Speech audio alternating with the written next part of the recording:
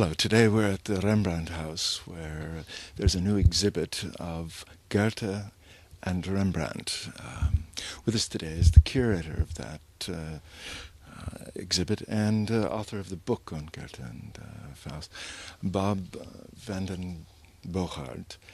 Bob, the coupling of Rembrandt and Goethe, two men who lived in different countries and lived in different centuries, what's the relationship here?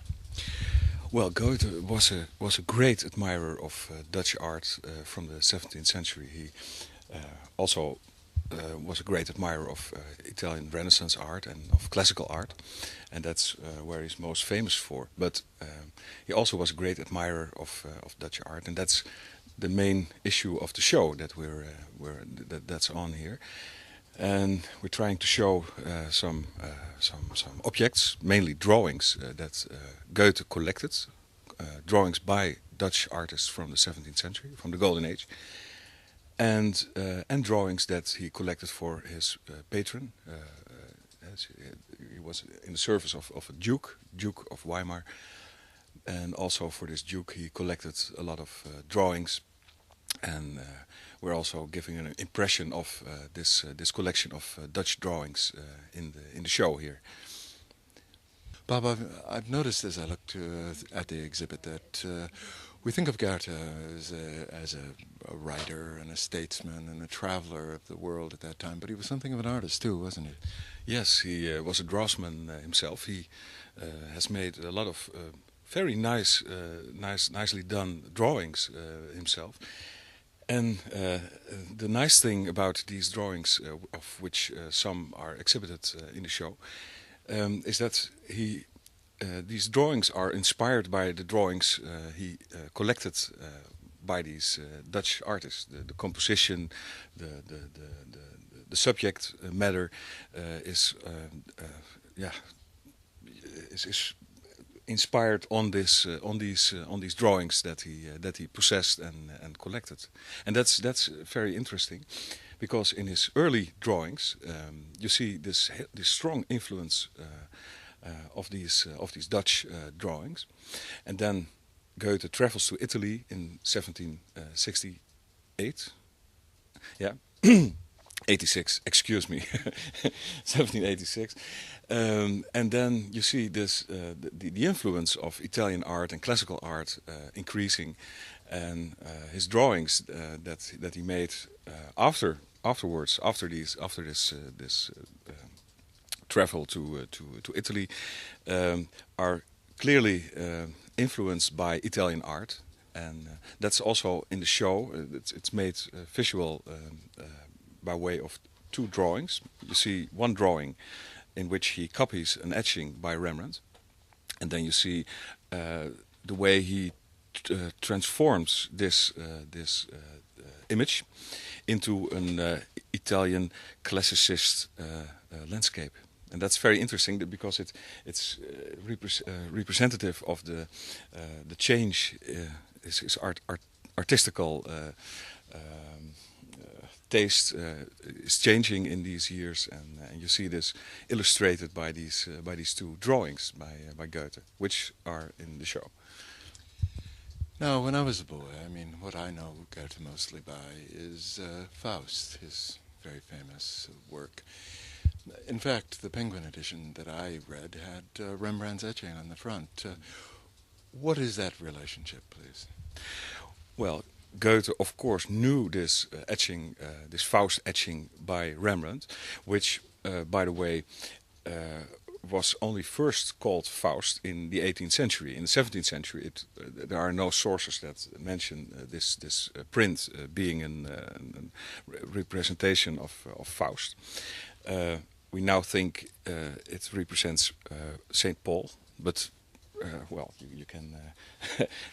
There are a lot of opinions on differing opinions on this, but Goethe thought it was a Faust representation, and when he wrote his Faust, the first version of his Faust, he was strongly influenced by Rembrandt's works of art. He studied his prints. And the first edition of some fragments of the Faust have a print as a frontispiece in it, which is exactly copied after the Rembrandt's print.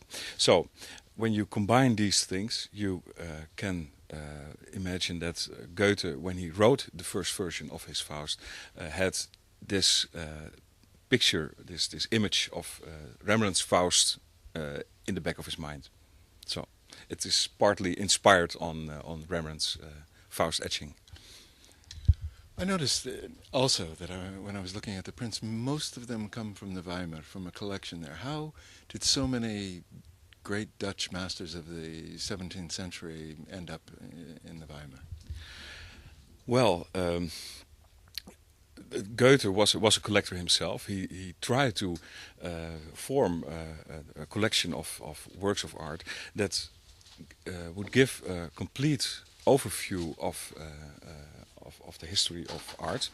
And because he was a great admirer of the works of the Dutch masters, he collected a lot of drawings by these artists. And also for this Duke, for which he was in the service of which he was at that moment in Weimar. And he had a lot of art dealers were sending him as a connoisseur a lot of drawings on view. And when he liked some of them, he picked them out of this. He picked them out and put them in his collection, or in the collection of this Duke. And well, you could still afford drawings in the 18th century when you were an ordinary Duke or an ordinary author. But a lot of paintings from this period and from Holland were too expensive to be bought by the Duke or by Goethe himself. So.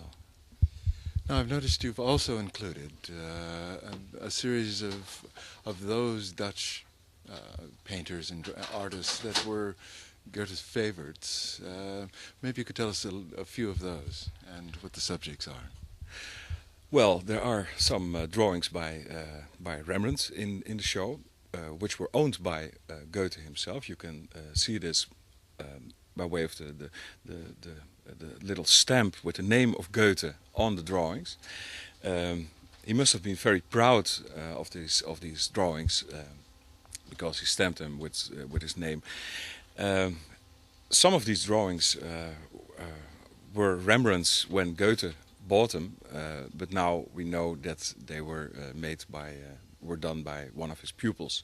For instance, there's a drawing representing Christ blessing the children, which was definitely thought of by Goethe as a Rembrandt. He bought it as a Rembrandt, and now we know it's by Samuel van Hoogstraten, one of Rembrandt's pupils. And there are some more drawings that of which the attribution has changed in the past century. So that's the progress of our knowledge in this matter. Now, I'd like to divert a little bit from the subject of this new show and ask you a couple of questions. I've noticed over the last year that your building next door, the Rembrandthuis itself, has been under renovation, and there are still plywood windows there. How's that going? Well, that's going very, very well. At the end of this year, we're planning to reopen the building, and then the interior of the building will be reconstructed in 17th century style, in the style in which it was when Rembrandt lived there in the Rembrandthuis.